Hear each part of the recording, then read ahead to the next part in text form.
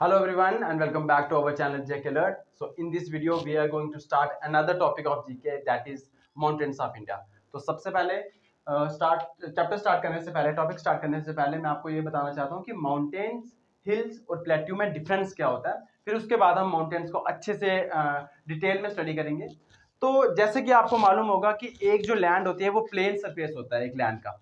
जैसे हमारी अर्थ है वो प्लेन सरफेस भी है कुछ जगह पे, और कुछ जगह पे वो जो लैंड है वो थोड़ी हाई भी है, एलिवेटेड भी है।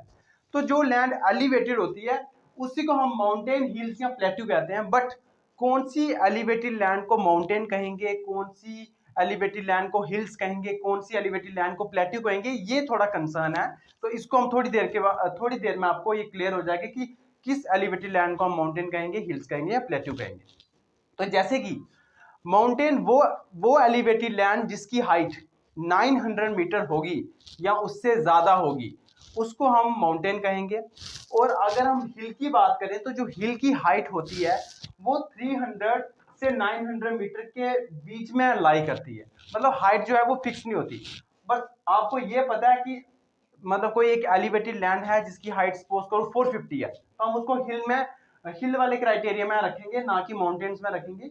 क्योंकि मैंने बताया कि हिल्स की जो हाइट होती है वो वेरी करती है 300 से 900 मीटर। बट अगर प्लेट्यू की बात करें तो प्लेट्यू की जो हाइट होती है वो 0 से 600 मीटर वेरी करती है। तो ये एक डिफरेंस है माउंटेन हिल्स और प्लेट्यू में हाइट के बेसिस पे, कि माउंटेन्स की जो हाइट होती है वो 900 मीटर से ज्यादा होती है। हिल्स की जो हाइट होती है वो 300 और 900 मीटर के बीच में लाई करती है। और जो प्लेट्यू की हाइट होती है वो 0 और 600 मीटर के रेंज में लाई करती है। अब नेक्स्ट माउंटेन्स और हिल्स में क्या डिफरेंस है कि माउंटेन्स जो भी होंगे उनकी जो मतलब जो टॉप होगा वो कॉनिकल होगा। आप जब भी आपको कहा जाए कि माउंटेन्स बनाओ तो हम हमेशा माउंटेन्स ऐसे ड्रॉ करते हैं।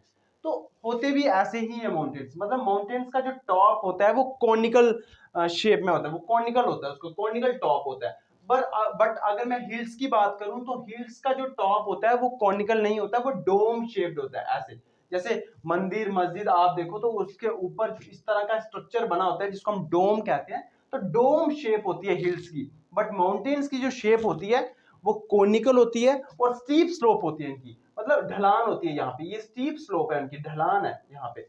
बट प्लेट्यूज की बात करूं तो प्लेट्यू का जो सरफेस होता है वो फ्लैट होता है, ऊपर से वो होता है फ्लैट। तो दो बातें मैंने माउंटेन हिल्स और प्लेट्यू के बारे में डिफरेंशिएट की हैं। पहली बात तो ये है कि उनकी हाइट के बारे में मैंने बताया है। हाइट के बेसिस पे आप बता सकते हो कि कौन सा माउंटेन है, कौन सा हिल है, कौन सा प्लेट्यू है। दूसरा मैंने उनकी शेप के बारे में बताया कि माउंटेन्स की जो शेप होती है वो कोनिकल शेप होती है, हिल्स की जो शेप होती है वो डोम शेप्ड होती है, और प्लेट्यू की जो शेप होती है वो ऊपर से फ्लैट होती है। तीसरी बात, अगर मैं कुछ माउंटेन्स की एग्जांपल दे दूं आपको जो बहुत ज्यादा फेमस माउंटेन्स हैं, जैसे हिमालयस, सबको पता होगा हिमालयस माउंटेन्स है। ठीक है तो हिमालयस रेंज है बेसिकली, बट इनमें माउंटेन्स तो होंगे। तो उनमें जो माउंटेन्स है मैं उन्हीं की बात कर रहा हूँ। रॉकीज हैं, एंडीज हैं, इनके बारे में थोड़ी देर के बाद मैं आपको बताता हूँ, हिमालयस, रॉकीज, एंडीज के बारे में। और प्लेट्यू, प्लेट्यू आपको पता है मेनली ऊपर से, जैसे कि मैंने बताया, ऊपर से इनकी जो शेप होती है वो फ्लैट होती है। जैसे डेक्कन प्लेट्यू है, मालवा प्लेट्यू है, काठियावाड़ प्लेट्यू है। जो काठियावाड़ प्लेट्यू है ये गुजरात में है। मालवा प्लेट्यू जो है ये हमारा मध्य प्रदेश वाले रीजन में आता है। डेक्कन प्लेट्यू हमारा थोड़ा मतलब साउथ साइड वाले साउथ साइड में आता है डेक्कन प्लेट्यू। तो ये कुछ इंपॉर्टेंट बातें हैं माउंटेन्स, हिल्स और प्लेट्यू के बारे में। अब हम क्या पढ़ने वाले हैं कि ये माउंटेन्स बनते कैसे और माउंटेन्स कितने टाइप के होते हैं। सो जो माउंटेन्स हैं वो 3 टाइप्स के होते हैं mainly, fold mountains, block mountains and volcanic mountains. तो सबसे पहले इजी वाले से स्टार्ट करते हैं, वोल्केनिक माउंटेन से। तो जैसे नाम से इंडिकेट हो रहा है कि वोल्केनिक माउंटेन्स, तो जो माउंटेन्स वोल्केनिक एक्टिविटी के कारण बने उनको वोल्केनिक माउंटेन्स कहा जाता है। आपको पता है कि वोल्केनो जब फटता है, ठीक है, तो बहुत ज्यादा ऐश निकलती है वहां से और फिर वो डिपोजिट होती रहती है, टाइम के साथ डिपोजिट होती रहती है, तो माउंटेन्स फॉर्म हो जाता है। मतलब एक एलिवेटेड लैंड बन जाती है। तो उसी को अगर उसकी हाइट फिर 900 मीटर से ज्यादा होगी तो ऑफकोर्स हम उसको माउंटेन बोलेंगे। सो वोल्केनिक एक्टिविटी के कारण जो माउंटेन्स बनते हैं उनको वोल्केनिक माउंटेन्स कहा जाता है। बहुत सिंपल सी बात है, आपको क्या करना है कि वोल्केनिक माउंटेन्स के कुछ नाम याद रखने हैं। आपको पता होना चाहिए। जैसे अगर कोई पूछ ले आपको कि वोल्केनिक माउंटेन्स कौन सा होता है, कोई नाम बता दो, या एग्जाम में भी पूछा जा सकता है कि which one of the following is a volcanic mountain, तो आपको पता होना चाहिए। जैसे अफ्रीका में एक बहुत फेमस माउंटेन है किलिमंजारो। सो माउंट किलिमंजारो, तो ये वोल्केनिक माउंटेन है। जापान में तो बहुत ज्यादा फेमस ये वोल्केनो है, सॉरी वोल्केनिक माउंटेन है, माउंट फूजी। और ये बहुत ज्यादा सिमेट्रिकल वोल्केनो है। कहने का मतलब जब भी आप इस माउंटेन को देखोगे ना, वोल्केनिक माउंटेन को, माउंट फूजी को, तो ये बहुत ज्यादा सिमेट्रिकल लगता है। मतलब इस तरह से लगता है, ये पूरा ऐसे इस तरह से, बिल्कुल इस तरह से लगता है ये माउंट फूजी। तो ये आपको नाम याद रखना है कि Mount Kilimanjaro in Africa and Mount Fuji in Japan are volcanic mountain. Next block mountains के बारे में बात करते हैं। ब्लॉक माउंटेन्स क्या होते हैं? जैसे मैं आपको एक डायग्राम से समझाने की कोशिश करता हूँ कि जैसे सपोज करो ये हमारी एक अर्थ है। तो आपको पता है अर्थ हमारी जो है वो प्लेट्स के साथ बनी हुई है। प्लेट्स मतलब कुछ भी नहीं है कि लैंड के बड़े बड़े टुकड़े हैं, तो उनसे बनी हुई है। तो दो तरह की प्लेट्स होती है हमारे अर्थ में, एक जिनको कॉन्टिनेंटल प्लेट्स कहा जाता है या टेक्टोनिक प्लेट्स कहा जाता है। तो टेक्टोनिक प्लेट्स दो तरह की होती है, एक कॉन्टिनेंटल प्लेट और एक ओशनिक प्लेट होती है। कहने का मतलब जो हमारी लैंड हमें आपको दिख रही है, आपको हमारे जो नीचे जो लैंड है वो एक कॉन्टिनेंटल प्लेट है, क्योंकि वो एक कॉन्टिनेंट का पार्ट है। और जो ओशनिक प्लेट होती है, आपको पता है जो समुंदर वगैरह होते हैं उनके नीचे भी तो लैंड है, तो जो वहां पे प्लेट प्रेजेंट होगी उसको उसको ओशनिक प्लेट कहा जाएगा। तो सपोज करो कि ये एक प्लेट है, तो ऊपर आपको पता है कि क्या कौन सी लेयर होती है, क्रस्ट होती है, क्रस्ट होती है। नीचे फिर क्रस्ट के नीचे आपको पता है कि हार्ड वाला सरफेस होता है। कहने का मतलब इसमें रॉक, बड़े सारे रॉक्स वगैरह होते हैं जिसको हम लिथोस्फीयर कहते हैं। और उसके फिर नीचे मेंटल और फिर बड़े जाके नीचे जाके कोर आ जाती है। तो आप जो ब्लॉक माउंटेन्स है ये किस तरह से बनते हैं मैं आपको बता देता हूं कि जब कभी भी हमारी प्लेट में क्रैक आ जाता है किसी भी कारण से, क्यों? क्योंकि हमारे अर्थ के अंदर बड़ी ज्यादा फोर्सेस लग रही होती हैं। दो तरह की फोर्सेस लग रही होती हैं हमारे अर्थ के इंटीरियर पार्ट में, endogenetic forces and exogenetic forces. तो उन एंडोजेनेटिक फोर्सेस की वजह से होता क्या है कि इन प्लेट्स में क्या होता है कि क्रैक आ जाते हैं। तो क्रैक आने की वजह से अब वो क्रैक किसी भी तरीके से आ सकते हैं। जैसे मैंने यहाँ पे जो लाइन ड्रॉ की है ना, ये इस तरह से भी क्रैक हो सकता है और क्रैक इस तरह से भी हो सकता है। बट इस डायग्राम में पिक्चर मुझे जो शो करना है, वो मैंने जो क्रैक बताया वो ये वाला क्रैक है, यहाँ पे ये वाला क्रैक है। तो होता क्या कि जब भी प्लेट में क्रैक आ जाता है, तो मैंने कहा कि दो तरह की फोर्सेस लगती हैं। एक तो होता है कंप्रेशन, मतलब जो फोर्स दोनों इस डायरेक्शन में लगे, अपोजिट डायरेक्शन में, तो इस तरह से भी फोर्स लग सकती है और एक इस तरह से भी फोर्स लग सकती है अपोजिट डायरेक्शन में, अगेंस्ट, मतलब इस डायरेक्शन में फोर्स लग रही है, इस डायरेक्शन में फोर्स लग रही है।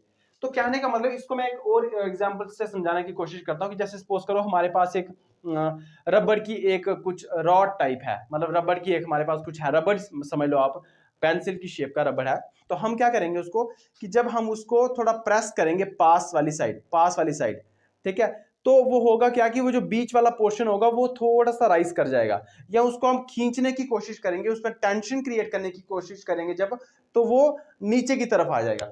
तो सिमिलरली वैसे ही कि जब जो फोर्स है प्लेट्स में इस डायरेक्शन में लगेगी, तो ये वाला जो बीच वाला पार्ट, जो क्रैक हुआ वाला पार्ट है, ये ऊपर की तरफ चला जाएगा। और जब फोर्स जो है ये इस डायरेक्शन में लगेगी, तो ये वाला पार्ट जो है ये नीचे की तरफ आ जाएगा। तो जब ये नीचे की तरफ आ जाता है तो ये बनती है रिफ्ट वैली और ये बन जाता है माउंटेन, और ये इन्हीं माउंटेन्स को ब्लॉक माउंटेन कहा जाता है। और इस केस में ये बन जाता है माउंटेन और ये बन जाती है रिफ्ट वैली। तो जैसे कि मैंने आपको बताया था कि नर्मदा एंड जो तापी रिवर है वो रिफ्ट वैली में फ्लो करती है, तो वो इसी तरह के वैली में फ्लो करती है। साइड में जो होते हैं वो ब्लॉक माउंटेन्स होते हैं और बीच में जो होती है रिफ्ट वैली होती है, और रिफ्ट वैली में जो होती है वो हमारी रिवर वगैरह फ्लो करती है। तो बेस्ट एग्जांपल है इंडिया में सतपुरा एंड विंध्या रेंज जो है हमारी, सतपुरा एंड विंध्या रेंज, ये ब्लॉक माउंटेन्स की बेस्ट एग्जांपल है। तो और यूरोप में अगर मैं बात करें तो वोर्जिस माउंटेन, ये बेस्ट एग्जांपल है ब्लॉक माउंटेन्स की। नॉर्थ अमेरिका में बात करें तो सियारा निवाडा ब्लॉक माउंटेन्स की एग्जांपल है। जर्मनी में अगर बात करें तो हर्ज ब्लॉक माउंटेन्स, ये ब्लॉक माउंटेन्स की एग्जांपल है। तो मैं रिपीट कर देता हूं कि जो हमारी अर्थ प्लेट, जो हमारी अर्थ की प्लेट है जिनको हम टेक्टोनिक प्लेट्स कहते हैं, अगर टेक्टोनिक प्लेट्स में क्रैक आ जाता है तो और एंडोजेनेटिक फोर्सेस ऑफ कोर्स लगती हैं टेक्टोनिक प्लेट्स में, उन्हीं की वजह से मूवमेंट हो रही होती है हमारी टेक्टोनिक प्लेट्स की। तो वो डिपेंड करता है कि एंडोजेनेटिक फोर्स किस डायरेक्शन में लग रही है, मतलब इस तरह से लग रही है एंडोजेनेटिक फोर्स, मतलब इस तरफ से लग रही है और इस तरफ से लग रही है, तो ये जो है पोर्शन जहां क्रैक हुआ है वो नीचे की तरफ आ जाएगा, और अगर दोनों आपस में लग रही होगी इस तरह से इस डायरेक्शन में, तो ये ऊपर की तरफ आ जाएगा। दोनों केसेस में रिफ्ट वैली बनती है और ब्लॉक माउंटेन्स बनते हैं। अब हमारे मेन जो माउंटेन्स हैं वो हैं फोल्ड माउंटेन्स। फोल्ड माउंटेन्स की मैं सबसे पहले आपको एग्जांपल देके समझाने की कोशिश करता हूं। जैसे मैंने आप एक एग्जांपल अभी ली थी कि अगर आपके पास एक धागा है, सपोज करो धागा है, और धागा आपको जब आप उसको टेंशन क्रिएट करोगे, मतलब आप दोनों तरफ से उसको खींचने की कोशिश करोगे, उस पर फोर्स लगाओगे, टेंशन क्रिएट करोगे, तो क्या होगा कि धागा मतलब थोड़ा दूर दूर जाएगा। बट जब आप उसको फोर्स जो है वो इस डायरेक्शन में लगाओगे, तो वो धागा बिल्कुल थोड़ा सा ऐसे ऊंचा हो जाएगा बीच में से। इसको करके देखने की कोशिश करना। बेसिकली धागा जो होता है वो इतना ज्यादा लचीला नहीं होता, तो कोई ऐसी चीज लेना जो लचीली हो, जो फ्लेक्सिबल हो, जो तो जब आप उसको फोर्स लगाने की कोशिश करोगे तो वो इस डायरेक्शन में हो जाएगा, इस तरह से हो जाएगा, इस तरह से हो जाएगा, वो इस तरह से। तो फोल्ड माउंटेन्स भी जो है वो इसी तरह से बनते हैं। होता क्या है बेसिकली कि जैसे हमारा अर्थ अभी दिखता है वैसा बड़े साल पहले ऐसा नहीं था। बड़े साल पहले का मतलब बिलियन ईयर्स एगो की बात कर रहा हूँ, बहुत सा मिलियंस सालों की पहले की बात कर रहा हूँ मैं। तो हमारा जो अर्थ अभी दिखता है बिल्कुल वैसा नहीं था। था क्या कि कुछ कॉन्टिनेंट्स थे, जैसे कि आज के हमारे जो कॉन्टिनेंट्स हैं, साउथ अमेरिका का, अफ्रीका, इंडिया, जो हमारा ऑस्ट्रेलिया है, ये सारे कॉन्टिनेंट जो थे ये एक कॉन्टिनेंट थे, ये एक ही प्लेट का पार्ट हुआ करते थे सारे कॉन्टिनेंट्स, और उस प्लेट को बोलते थे गोंडवाना लैंड, उस लैंड को बोलते थे गोंडवाना लैंड। और हमारा जो इंडिया है, उसमें जो प्लेट थी उसको इंडियन प्लेट बोला जाता था। और अब जहां वो इंडिया प्रेजेंट है वो वहां पे नहीं था पहले। और जो रशिया वाली प्लेट है उसको यूरेशियन प्लेट कहा जाता था। तो जैसे कि मैंने बताया कि इंडिया जो था, हमारी जो इंडियन प्लेट थी वो यूरेशियन प्लेट के पास है अभी वाले केस में, बट पहले वो ऐसा नहीं था। तो धीरे धीरे टाइम के साथ क्या हुआ कि जो इंडियन प्लेट थी वो यूरेशियन प्लेट के पास मूव करने लग पड़ी। और बीच में इंडियन प्लेट और यूरेशियन प्लेट के बीच में एक सी था जिसको टेथीस सी बोलते हैं, जिसको टेथीस सी बोलते हैं। तो हुआ क्या कि जैसे ये इंडियन प्लेट और यूरेशियन प्लेट पास पास आने लगी, तो हुआ क्या कि ये टेथीस सी, जैसे कि मैंने बताया धागा, जब आप धागे को इस तरह से फोर्स लगाओगे तो ये इस तरह से शेप ले लेगा। वैसे ही जब यूरेशियन प्लेट और इंडियन प्लेट पास पास आने लगी तो ये टेथीस सी था, इसमें सेडिमेंटेशन होने लगी। मतलब क्योंकि ये दोनों प्लेट्स जब टकराने लगती हैं, ऑफकोर्स टकराने लगती है, तो वेदरिंग प्रोसेस होगा, और वेदरिंग से जो सेडिमेंट्स निकलेंगे वो ऑफकोर्स इस टेथीस सीज में जाने थे। और टेथीस सीज में जब ये सेडिमेंट्स जाएंगे तो होगा क्या कि वो दलदली वाला बन जाएगा, और जैसे दलदली वाला एरिया बनेगा फिर थोड़े टाइम के साथ वो सॉलिड बन जाएगा। और इस तरह से जो माउंटेन्स बने थे उन माउंटेन्स को फोल्ड माउंटेन्स कहा जाता है। तो इस तरह से माउंटेन्स बने थे फोल्ड माउंटेन्स। तो फोल्ड माउंटेन्स की अगर मैं एग्जांपल दूं तो एंडीज माउंटेन्स, जैसे हिमालय एशिया का पार्ट है, कहने का मतलब एशिया कॉन्टिनेंट में है, वैसे ही जो एंडीज माउंटेन्स हैं ये हमारे साउथ अमेरिका में है। रॉकीज की अगर मैं बात करूं तो ये नॉर्थ अमेरिका में प्रेजेंट है। एल्प्स की अगर मैं बात करूं तो ये यूरोप में है। एटलस की बात करूं तो ये माउंटेन्स हमारे अफ्रीका में है, और हिमालय तो एशिया में है ही है। अब जैसे कि कोई पूछ ले आपको कि हमारा जो हिमालय है वो कैसे बना, तो हिमालय तो मैं आपको बता चुका हूँ कि जब इंडियन प्लेट और यूरेशियन प्लेट पास पास आए थे तो उनके बीच में जो टेथीस सी था उसकी डिपोजिशन हुई, कहने का मतलब उसमें सेडिमेंट्स बढ़ते गए और वो बढ़ता गया। और कुछ साइंटिस्ट कहते हैं कि ये जो प्लेट्स हैं, इंडियन प्लेट और यूरेशियन प्लेट, और पास पास आ रहे हैं और टकरा रहे हैं, जिसकी वजह से माउंटेन्स की जो हाइट है, हमारे हिमालयस की जो हाइट है वो और बढ़ती जा रही है। और अब आपने रिसेंटली न्यूज़ भी सुनी होगी कि हिमालय की हाइट 86 सेंटीमीटर बढ़ी है। तो यही कारण है क्योंकि इंडियन प्लेट और यूरेशियन प्लेट जो है ये पास पास आ रहे हैं, और टकराने से सेडिमेंटेशन मतलब होती है, सेडिमेंटेशन होती है, मतलब उनकी वेदरिंग प्रोसेस होता है रॉक्स का टूटना। तो उस कारण जो है ये माउंटेन्स बढ़ते जाते हैं। वैसे ही रॉकी जो है ये भी माउंटेन्स है, ये भी फोल्ड माउंटेन्स की एग्जांपल है। तो रॉकीज माउंटेन भी तो इसी तरह से बने होंगे कि कोई दो प्लेट्स पास पास आई होंगी। तो कोई अब क्वेश्चन ये पूछा जा सकता है कि कौन सी प्लेट्स आई होंगी, मतलब कौन सी प्लेट टकराने से रॉकीज माउंटेन बने होंगे। जैसे हमारे हिमालय जो है वो बने हैं इंडियन प्लेट और यूरेशियन प्लेट के टकराने से।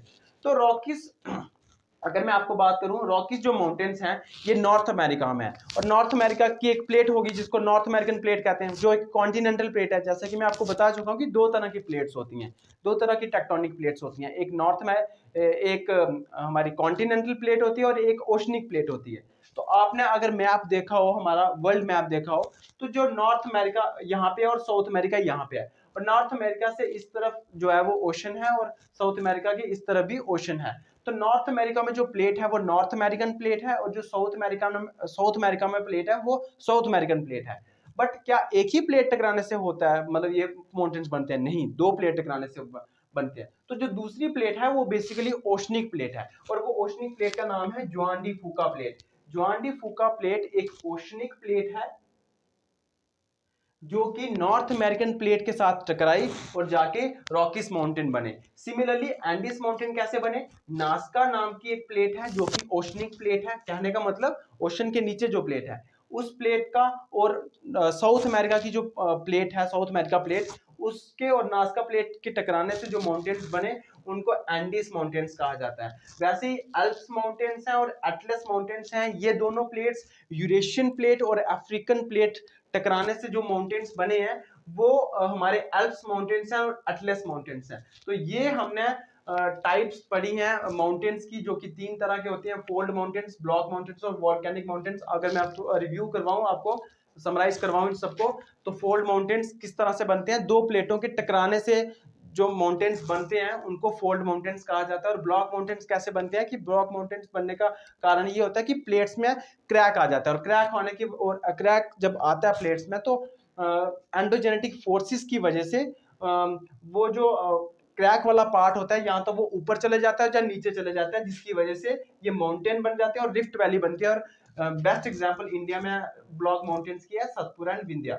और वॉल्केनिक माउंटेन्स वॉल्केनिक एक्टिविटी के कारण बनते हैं। So Mount Kilimanjaro and Mount Fuji जो है इनकी एग्जांपल है। तो आपको क्या करना है कि सारी की सारी एग्जांपल याद रखनी है। हाँ, एक बात और मैं बताना भूल गया फोल्ड माउंटेन्स के बारे में, कि फोल्ड माउंटेन्स को कभी कभी ओल्ड फोल्ड माउंटेन्स भी कहा जाता है और न्यू फोल्ड माउंटेन्स भी कहा जाता है। अब ये जो मैंने एग्जांपल लिखी ना, Aravalli range and Ural range, Ural range जो है ये बेसिकली रशिया में है, ये दोनों ओल्ड फोल्ड माउंटेन्स की एग्जांपल है। और बाकी Andes, Rockies, Alps, Atlas, Himalayas, ये जो हैं ये न्यू फोल्ड माउंटेन्स की एग्जांपल है। अब इसको क्यों कहा जाता है ओल्ड फोल्ड माउंटेन्स और न्यू फोल्ड माउंटेन्स? वो इसलिए क्योंकि ये जो अरावली रेंज है ना, ये बहुत ज्यादा पुरानी रेंज है और इसकी जो वैदरिंग होती रहती है वो मतलब बार बार होती रहती है, इसकी वजह से इसकी डिग्रेडेशन होती रहती है, इसलिए इसको ओल्ड फोल्ड माउंटेन्स कहा जाता है। बट ये इसके मतलब ये वाले जो माउंटेन्स है ये न्यू बने हैं। अरावली रेंज जो है ये बहुत पुरानी रेंज है, इसीलिए भी इसको न्यू फोल्ड माउंटेन्स कहा जाता है। तो ये इसमें हमने फोल्ड माउंटेन्स के बारे में सब पढ़ लिया है। तो अब हम इंडिया के माउंटेन्स के बारे में पढ़ेंगे। तो अब हम क्या करने वाले हैं कि अब हम इंडिया के माउंटेन्स पढ़ने वाले हैं। तो सबसे पहले ट्रांस हिमालयन रेंजेस के बारे में देखेंगे। तो अब सबसे पहले क्वेश्चन ये बनता है कि ट्रांस हिमालयन रेंजेस होती क्या है? तो आपको पता होगा कि ये जैसे इंडिया का मैप है, तो जस्ट मैंने फोकस किया कि नॉर्थ वाले स्टेट्स पे, मेनली जे&के भी स्टेट फोकस किया है। तो आपको मालूम होगा कि जो हिमालयस हैं वो स्टार्ट बेसिकली होते हैं यहाँ से जम्मू एंड कश्मीर से, और जम्मू एंड कश्मीर से फिर ये हमारे हिमाचल प्रदेश, फिर उत्तराखंड एंड देन नेपाल एंड फिर सिक्किम और अरुणाचल प्रदेश तक जाते हैं। ये वहां तक ये रेंज फैली होती है।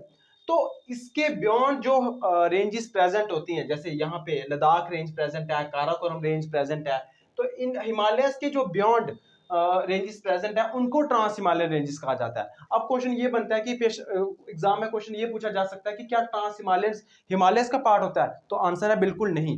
ट्रांस हिमालयन रेंजेस तो बिल्कुल अलग होगी, जो हिमालय के बिल्कुल ऊपर है, तो उन रेंजेस को ट्रांस हिमालयन रेंजेस कहा जाता है। और ट्रांस हिमालयन रेंजेस में 3 रेंजेस आती है मेनली। एक तो काराकोरम, जिसके बारे में अभी हम पढ़ने वाले हैं, दूसरी जो है ये लद्दाख है हमारी, लद्दाख रेंज, और तीसरी जो है कैलाश रेंज। जब यही लद्दाख रेंज तिब्बत में चले जाती है तो उसका नाम फिर हम बदल देते हैं, कैलाश रेंज बोला जाता है तब। तो इन तीनों के बारे में हम पढ़ने वाले हैं अब। तो ट्रांस हिमालयन स्टार्ट करते हैं सबसे पहले काराकोरम रेंज के बारे में। तो सबसे पहले आप क्वेश्चन ये बनता है कि कुछ बच्चों को रेंज ही नहीं पता होती क्या। तो एक होता है माउंटेन, और जब माउंटेन का ग्रुप ऐसे हो तो उसको रेंज कहा जाता है, मतलब ग्रुप ऑफ माउंटेन्स कह सकते हो, group of mountains is called range. तो सबसे पहले जो है हम काराकोरम रेंज के बारे में पढ़ने वाले हैं। तो काराकोरम रेंज है कहाँ है बेसिकली? तो ये लद्दाख वाला, आपको पता है कि अब मैक्सिमम पोर्शन ये लद्दाख वाला, और ये वाला जो रीजन है ये गिलगित बाल्टिस्तान का है, और ये जे&के है, और ये वाला कुछ पोर्शन जो है वो पीओके का है। तो जो हमारी काराकोरम रेंज है वो यहाँ पे है, कहीं लद्दाख रेंज में है, और ये पूरा बड़ी पीछे तक है यहाँ पे। तो अगर मैं इसके ओरिजिन की बात करूं, काराकोरम रेंज के ओरिजिन की बात करूं, तो एक पामीर नॉट नाम की जगह है यहाँ पे, पामीर नॉट। ठीक है, पामीर नॉट जगह नहीं है बेसिकली, मैं बताता हूँ आपको है क्या। नॉट होती क्या है बेसिकली? नॉट होती है गांठ। मतलब हम जब किसी चीज को बांध देते हैं तो गांठ बन जाती है, उसको नॉट बोला जाता है। तो होता क्या है बेसिकली यहाँ पे, इस जगह पे होता क्या है कि ये जो रेंज है काराकोरम रेंज, ये बेसिकली ये पाकिस्तान है, यहाँ पे अफगानिस्तान है, अफगानिस्तान से एक रेंज आती है जिसको हिंदू कुश माउंटेन्स कहा जाता है, हिंदू कुश रेंज। सो हिंदू कुश रेंज जो है वो अफगानिस्तान से, फिर पाकिस्तान से यहाँ पामी नॉट में मिलती है। काराकोरम रेंज इंडिया से आ रही है। यहाँ पे पाकिस्तान से एक और रेंज आती है जिसको सुलेमान रेंज कहा जाता है, सुलेमान रेंज, इसको हिंदू कुश रेंज। और यहां तिब्बत वाली साइड से कुनलुन ये रेंज आती है। और चारों रेंज जो है, पांचों रेंज, पीछे से भी कुछ रेंज आती है, यहाँ रेंज यहाँ पे मिल जाती है। तो ऐसा लगता है कि एक नॉट सी बन गई है, इसलिए इस जगह को पामी नॉट कहते हैं। तो इसका ओरिजिन बेसिकली कहाँ है, काराकोरम रेंज का पामी नॉट से, तो यहां से इसका ओरिजिन होता है। और अगर मैं ट्रांस हिमालयन रेंज की बात करूं तो सबसे लंबी जो रेंज है तीनों में से, काराकोरम रेंज में से, लद्दाख रेंज में से और कैलाश रेंज में से, जो सबसे लंबी है और सबसे जो हाईएस्ट रेंज है वो काराकोरम रेंज ही है। So Karakoram is the longest and highest range among trans Himalayan ranges में। सिर्फ ट्रांस हिमालयन रेंजेस की मैं बात कर रहा हूं। अब अगर ये ग्रुप ऑफ माउंटेन्स है, क्योंकि मैंने क्या कहा काराकोरम रेंज है, अगर ये ग्रुप ऑफ माउंटेन्स है तो इसमें कोई एक ऐसा माउंटेन होगा जिसकी हाइट जो होगी वो सबसे ज्यादा होगी। यस है, और उसका नाम है गॉडविन ऑस्टिन। गॉडविन ऑस्टिन, ये किसी उस पे नाम पे रखा गया है, किसी के नाम पे रखा गया है, और इसको K2 भी बोलते हैं, K2। और इसका नाम क्वागीर भी है, इसका नाम क्वागीर भी है। तो इसके तीन तीन नाम है, गॉडविन ऑस्टिन, K2 और क्वागीर। और इसकी हाइट कितनी है, 8611 मीटर, ये इसकी हाइट है। अगर मैं K2 के बारे में खास बात आपको बताऊं कि ये दुनिया की सेकंड हाईएस्ट पीक है आफ्टर हमारा माउंट एवरेस्ट। जो है माउंट एवरेस्ट जो है वो सबसे हाईएस्ट पीक है वर्ल्ड में, बट अगर मैं सेकंड हाईएस्ट पीक की बात करूं तो वो है K2। तो K2 और काराकोरम में डिफरेंस ये है कि K2 एक माउंटेन है और काराकोरम एक रेंज है।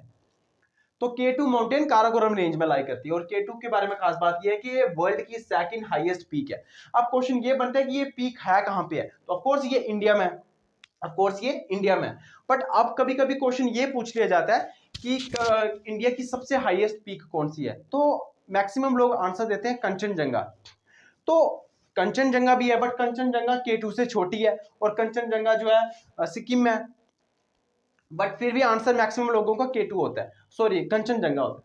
तो वो डिपेंड करता है ऑप्शन पे। देखो बेसिकली ऐसे तो हम अगर इंडियन टेरिटरी की बात करें, K2 जो है ये बेसिकली हमारे डिस्प्यूटेड लैंड में आता है, इसलिए हम इसको बोलते नहीं है। बट अगर हम हमारी सिर्फ जो हमारी इंडियन टेरिटरी में जो सबसे हाईएस्ट पीक है वो कंचनजंगा है। K2 है इंडियन टेरिटरी में है, बट ये डिस्प्यूटेड लैंड है, डिस्प्यूटेड लैंड की वजह से हम K2 को हाईएस्ट सेकंड हाईएस्ट नहीं बोलते हैं। और सपोज करो कि अगर एग्जाम में क्वेश्चन आता भी है और उसमें अगर कंचनजंगा ऑप्शन नहीं है तो आप K2 को K2 को ही टिक लगाएंगे, ठीक है। तो ये था काराकोरम रेंज के बारे में। अब काराकोरम रेंज ऑफ कोर्स आपको पता है कि पहाड़ों में कितनी ज्यादा बर्फ पड़ी रहती है, हमेशा जो है ये बर्फ के साथ कवर्ड रहते हैं। तो इनमें ग्लेशियर्स भी होते हैं बड़े सारे। तो सियाचिन ग्लेशियर का आपने नाम सुना होगा, सियाचिन ग्लेशियर जो इंडिया का हाईएस्ट और लॉन्गेस्ट ग्लेशियर है, जिसकी जो कितना लंबा है, 76 किलोमीटर इसकी लेंथ है बेसिकली इस ग्लेशियर की। इंडिया का सबसे लंबा और सबसे हाईएस्ट ग्लेशियर जो है वो सियाचिन ग्लेशियर है। और जैसे मैं रिवर्स वाला टॉपिक पढ़ा रहा था तो मैंने कहा था एक श्योक रिवर आती है, श्योक रिवर जो है वो इंडस रिवर की ट्रिब्यूटरी है बेसिकली। सिमिलरली सियाचिन ग्लेशियर से एक रिवर निकलती है। आपको पता होगा कि जब ये ग्लेशियर्स पिघलते हैं तो रिवर्स बनाते हैं, तो जो रिवर सियाचिन ग्लेशियर के पिघलने से बनती है उसका नाम है नुब्रा रिवर। तो ये अच्छा खुद में ये एक अच्छा क्वेश्चन है कि सियाचिन ग्लेशियर के पिघलने से कौन सी रिवर बनती है, दैट इज नुब्रा रिवर। फिर नुब्रा रिवर जो है वो श्योक रिवर में मिल जाती है, means Nubra river is a tributary of Shyok. तो फिर जो श्योक रिवर है वो इंडस रिवर में मिल जाती है। सो इस तरह से ये प्रोसेस चलता है। और भी बड़े सारे ग्लेशियर्स हैं, ऐसे तो बहुत ज्यादा ग्लेशियर्स हैं, बट हमने जो मेन फेमस जो है वो पढ़ेंगे हम। बालटारो ग्लेशियर है, आपको पता होगा गिलगित बाल्टिस्तान ये वाला एरिया जो है ये यहाँ पे प्रेजेंट है बालटारो ग्लेशियर। और इस ग्लेशियर के पिघलने से जो रिवर बनती है उसका नाम है शिगार रिवर। इसके बारे में मैंने आपको रिवर्स वाले वीडियो में बताया था। फिर आता है नेक्स्ट ब्याफो ग्लेशियर। ब्याफो ग्लेशियर इंडिया का सेकंड लॉन्गेस्ट ग्लेशियर है, 70 किलोमीटर इसकी लेंथ है। तो ये सब कुछ था काराकोरम रेंज के बारे में। सो अब नेक्स्ट रेंज के बारे में पढ़ते हैं। अब नेक्स्ट जो ट्रांस हिमालयन रेंज है वो है लद्दाख रेंज। जैसे आप यहाँ पे ये मैंने बनाई थी काराकोरम रेंज, और काराकोरम रेंज के साउथ ईस्ट में अगर आप देखो, साउथ में और ईस्ट में देखो तो लद्दाख रेंज आती है, लद्दाख रेंज आती है। और ये हमारे लद्दाख रेंज जो है ये हमारे तिब्बत तक एक्सटेंड होती है। तो बट जब लद्दाख रेंज जो है ये जब तिब्बत में चले जाती है तो उसको हम कैलाश रेंज बोलते हैं, लद्दाख रेंज नहीं बोलते हैं। तो हम लद्दाख रेंज और कैलाश रेंज एक ही इसी में कवर कर लेंगे। तो जब लद्दाख रेंज तिब्बत में चले जाती है, एक्सटेंड कर जाती है, तो हम उसको कैलाश रेंज कहते हैं। अब मैं अगर आपको बात बताऊं तो लद्दाख रेंज के नीचे जो एक लेक रेंज प्रेजेंट है उसको बोलते हैं ज़ांस्कार रेंज, उसको बोलते हैं ज़ांस्कार रेंज।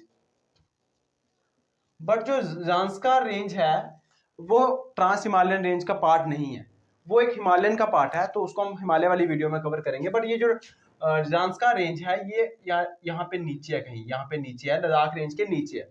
तो अगर मैं बात करूं कि लद्दाख रेंज और जो काराकोरम रेंज हमारी है इसके बीच में कौन सी नदी बहती है, तो उस नदी का नाम है श्योक रिवर।